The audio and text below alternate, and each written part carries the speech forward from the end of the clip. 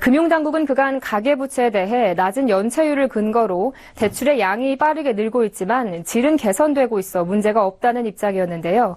그러나 연초부터 가계와 중소기업의 대출 연체율이 일제히 상승세로 돌아서며 이상 징후가 포착되고 있습니다. 미국의 기준금리 인상 이후 지난해 말부터 시작된 시장금리 상승에 가계와 중소기업이 벌써부터 취약한 모습을 보인 겁니다. 정훈규 기자가 보도합니다. 금융감독원이 발표한 1월 말 국내은행의 원화대출 연체율 현황에 따르면 지난달 연체율은 0.53%로 한 달 전보다 0.06%포인트 상승했습니다. 지난해 10월 이후 빠르게 내려가던 연체율이 지난달 3개월 만에 반등한 겁니다.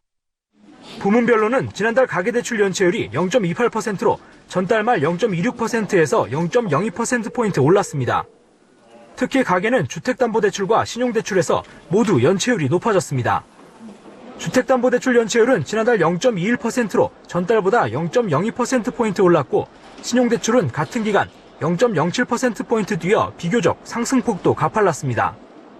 기업대출은 대기업이 안정화되고 있는 반면 중소기업 연체율이 뛰어 전체 상승을 이끌었습니다. 지난달 기업대출 연체율은 0.73%로 한 달 전보다 0.06%포인트 높아졌는데 대기업 연체율이 0.06%포인트 떨어졌음에도 중소기업 연체율이 0.11%포인트 뛴 탓입니다. 이 같은 연체율은 당장 우려할 수준은 아니지만 문제는 가계와 중소기업이 최근 시장금리 상승에 취약한 모습을 보였다는 겁니다. 미국의 기준금리 인상에 따라 앞으로 시장금리가 계속 오를 경우 가계와 중소기업 대출의 부실화가 우려되는 부분입니다. 특히 은행은 비교적 우량 고객만을 상대한다는 점을 고려하면 이 금융권 대출은 더 큰 문제입니다. 한국은행에 따르면 지난해 저축은행 등 이금융권 가계대출 증가액은 약 42조 원으로 역대 가장 큰 폭으로 늘었습니다. 지난해 정부가 가계대출 증가세를 억제하기 위해 시중은행부터 규제에 나서 이 금융권의 서민대출 수요가 몰린 탓입니다.